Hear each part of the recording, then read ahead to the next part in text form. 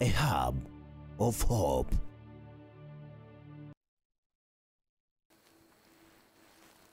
Pole sana kwa kutusubiria, lakini sio mbaya.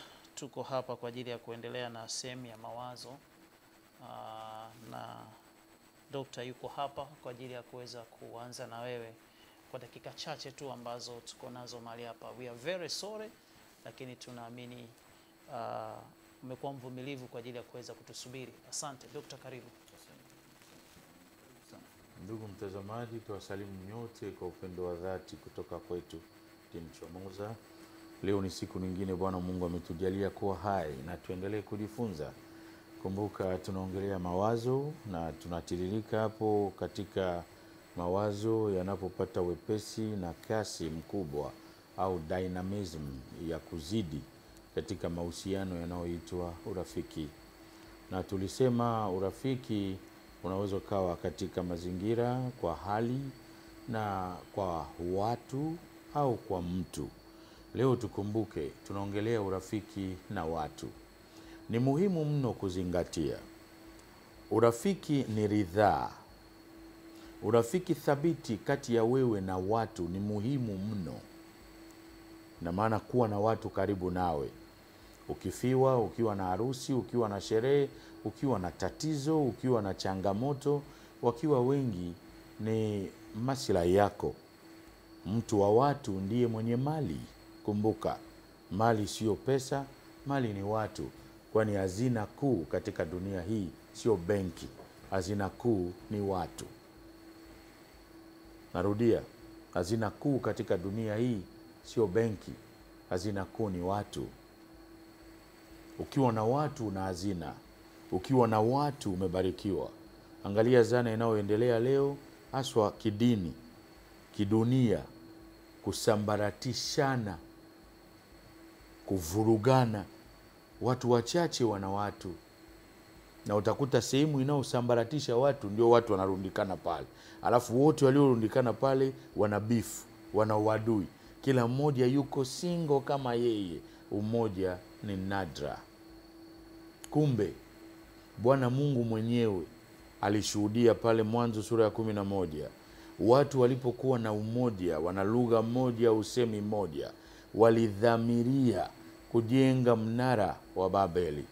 Waliinuka kabisa hadi juu. Mwenyezi Mungu aliona hawa kwa sababu ya umoja huu, basi wanaweza kufanya chochote, impossible haitakuwepo tena.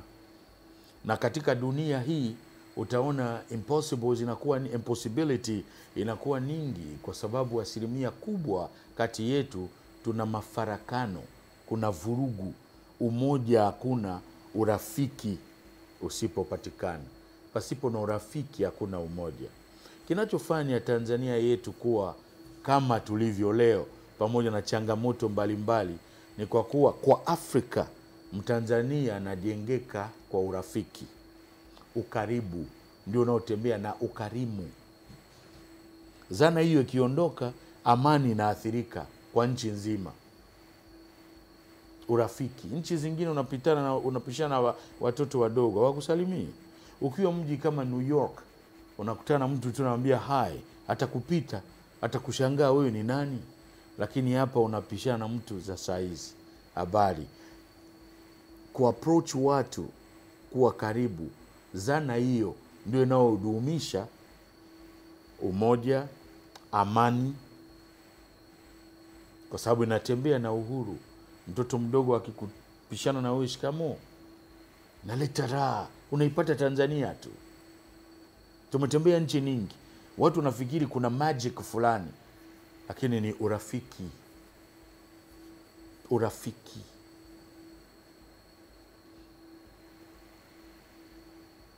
Nakumbuka enzi zile miaka ya nyuma sana, tulikuwa tunafanya kazi na polisi jamii. Kaka yetu Mheshimiwa Kova na wakina Mwakaluka Lukwa. Yaani pale unaona picha ya viongozi, lakini wakuu wa polisi wanacheka, wanasalimiana, wanacheka kwenye picha. Unaipata hapa tu. Undugu, urafiki. Now, inabidi kuwa macho kuelewa Urafiki wa maana na watu unatengenezwaje? Ili mawazo yatembee kwa kasi, shida zako ziwe za kwao, shida zao za kwako. Kwani wote walio karibu na wewe uko pamoja nao. Akiwa na shida ni shida za kwako. Lakini mara nyingi utasoma hiyo, unaweza kuwa umezungukwa na idadi kubwa, lakini ukiwa na shida sio za kwao. Manake una rafiki kati ya hao watu. Tunafanyaje kutengeneza mawazo yao na impact yenyewe ipasavyo kwa marafiki, kwa watu marafiki? Tunasema kuna watu rafiki na kuna mtu rafiki. Hao watu rafiki ni wale ambao wako katika close surroundings za kwako, wako karibu nawe, sio miili tu, bali mawazo yao yako na wewe. Urafiki thabiti haujengeki na umati wala na kwa energy inayotoka kwingine. Urafiki thabiti unatengenezwa na muhusika. Wewe ndiwe unayeweza kujua rafiki yako nani. Unfortunately, katika dunia hii, bahati mbaya, asilimia kubwa ya watu wanazani marafiki zao, rafiki wanawajua. Responsibility, wajibu wa urafiki unatokea kwingine kuja kwako. Ndio maana wengi tunasalitiwa wepesi, tunaanguka na kuishia kulalamika, na tunapokea nishati hasi, kwani wale wote nao wahesabu marafiki zako kwa ridhaa ya kwao, kwa nguvu ya kwao na mitazamo ya kwao, hawako kabisa na wewe kivile. Kwa hiyo kwa sababu umewakubali, umewapa kibali, umeridhia kuwa nao, umati ule karibu nao, ndio majanga yako. Kama Sulemani alivyosema, ukiwa na marafiki wengi, yani unaandaa majanga yako mwenyewe, mateso na shida. Alikuwa na maanisha usiwe na watu wengi karibu. Alikuwa na maanisha jambo ambalo tutaliongelea leo. Una watu wengi wamekuzunguka, unawapa kibali kuwa rafiki, unawakubali karibu nawe, umewapa fursa na ruhusa ya kukusafirishia mawazo yao kwa kasi. Ndio maana utakuta mtu ukiwa na mahusiano na watu wengi, hata kuwaza kwako kutakuwa unstable. Ukiwa na ukaribu na watu wengi, kwa mfano msherati haweza kawa stable kwenye mawazo yake. Aikutana na huyu anatembea naye, akikutana na huyu yuko naye, aikutana na huyu anakaa naye, anakutana watu wa namna hiyo, hawezi kuwa stable. Utasoma kwanza attention yake ni ndogo, ni very low. Msherati yoyote hana attention. Anayetembea na yeyote anayekutana naye, unakaribisha energy hasi na ni tofauti. Kila mwanamke ukiwa naye unatembea naye, kila mwanaume ukiwa naye unatembea naye. Unavyotembea hivyo unatengeneza mfumo wako kupoteza stability, kwa sababu ni energy ulizokaribisha maishani mwako na kufanya kuwa rafiki. Fuatilia vizuri tu. Ukiona dunia sasa hivi ndio hali hiyo inakuwa tete. Unaongea na mtu mwingine anaongea, ni bayana ya kuonyesha ujinga. Akili inasomeka kwa usikivu. Mtu akiwa anaongea unasikiliza kwanza. Ukiona mtu ana idea za kwake ndio zinatoka haraka, zina surface, asikii, huyo mtu maisha ya kwake mwenyewe yuko unstable. Umsamee tu. Na hawezi kuwa na akili hata akiwa shule. Ulimwengu wa sasa hivi wa kelele nyingi. Marafiki wengi watu wengi wakiwa karibu nawe. Hakikisha unazingatia hii hapa.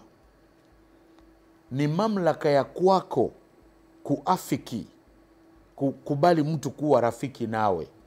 Usitarajie urafiki wa kwake kwako, soma wa kwako kwenda kwake. Soma wa kwako kwenda kwake.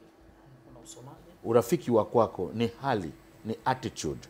Wewe ndiwe unaweza kumsogeza mtu karibu nawe. Usitarajie mtu akusogeze karibu naye.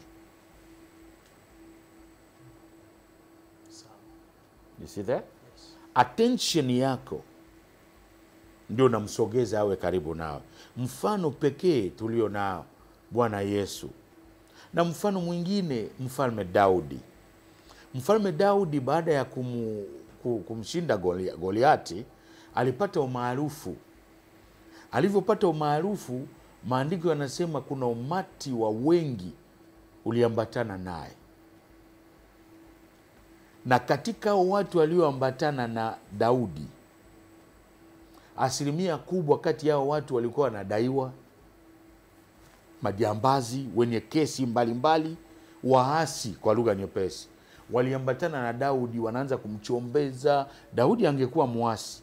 Kumbuka alifikia ufalme bila kuasi, na alikuwa na nafasi kabisa ya kuasi na kuangusha mamlaka na madaraka ya Sauli.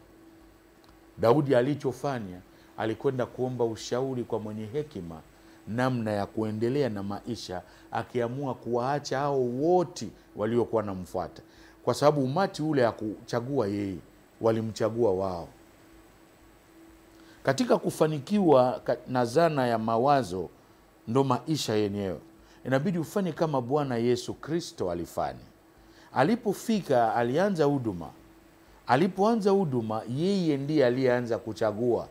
Aliwachagua 12, including Judas Iscariot. Huyu Yuda aliyemsaliti Yesu, na yeye naye aliitwa kwa mission hiyo. Hatuwezi kuwa judges kusema kwamba Juda ataenda jehanamu. Mwana mpotevu alisomeka, lakini mwana mpotevu alirudi pia kwa baba. Mnakumbuka historia ya Luka. Bwana Yesu aliwachagua wote.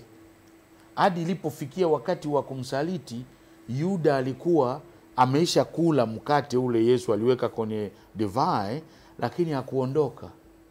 Ilibidi Bwana Yesu amkumbushie, unachopaswa kufanya, fanya sasa. Alimtuma Yuda aende kuwajibika ili mission ikamilike. Katika wale 12 aliowachagua, maana hata Yuda asingeenda. Bwana Yesu aliulizwa na Yohana, nani atakaye kusaliti? Yesu alimwambia, Petro ndo alimtuma Yohana muulize. Yeye alikuwa karibu sana.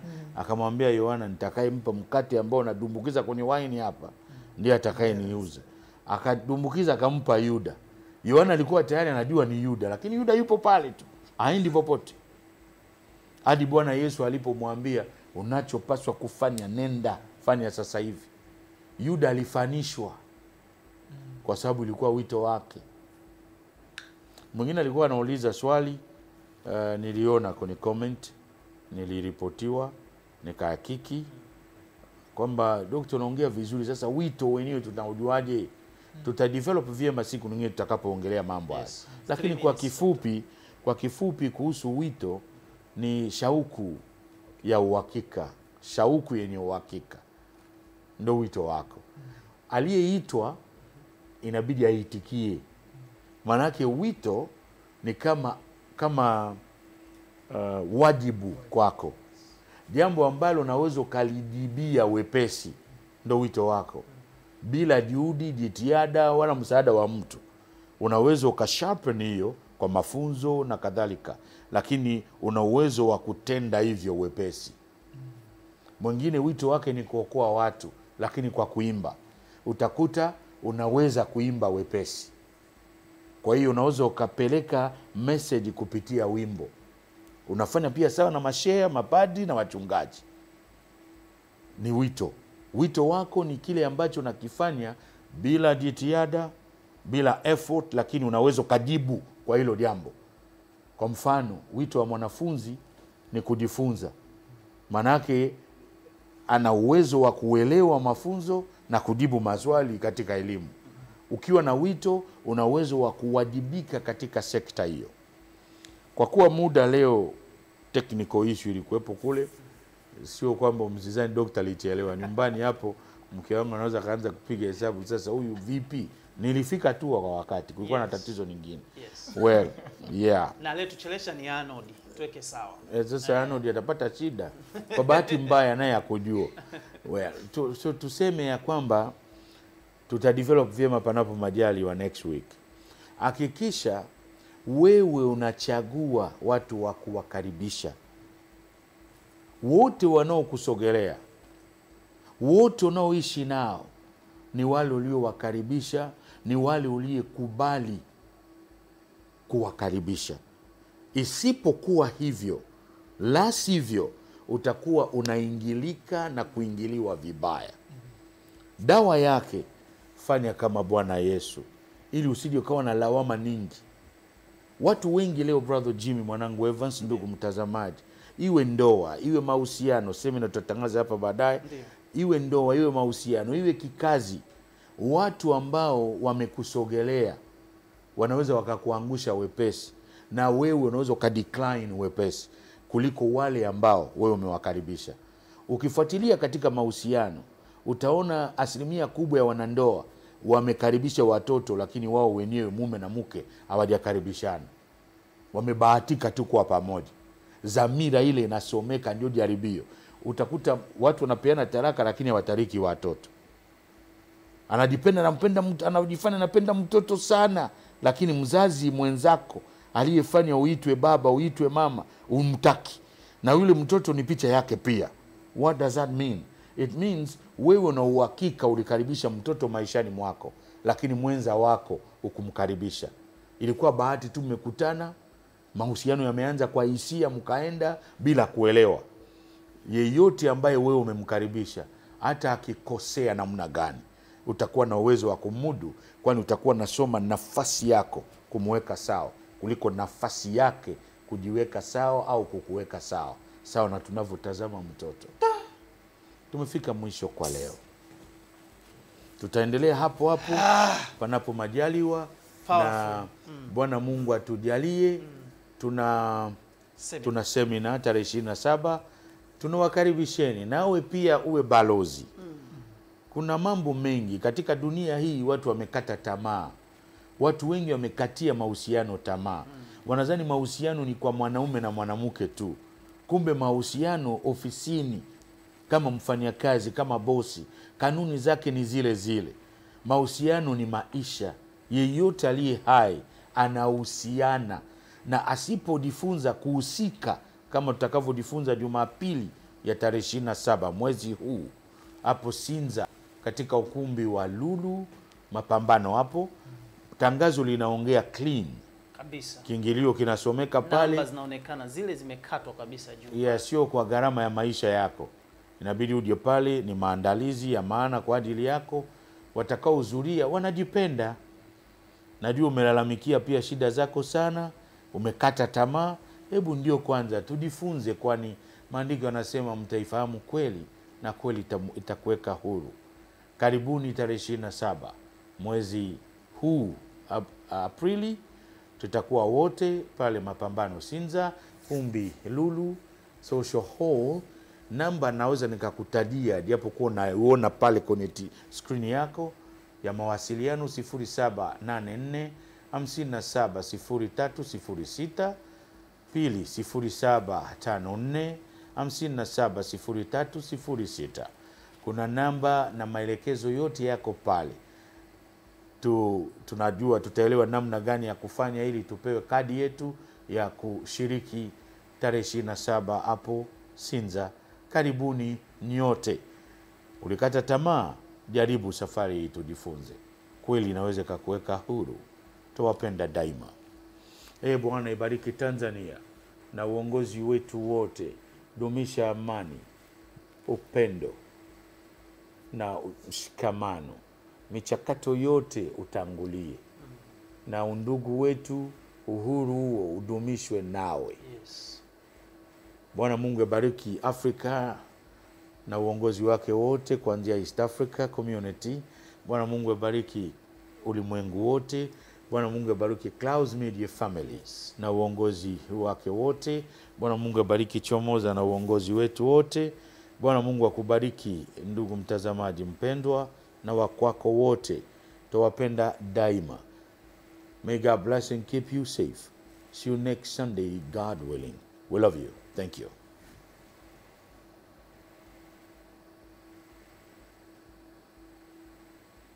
Mungu wetu tunakusifu, Mungu wetu twakuinua, yale uyatendayo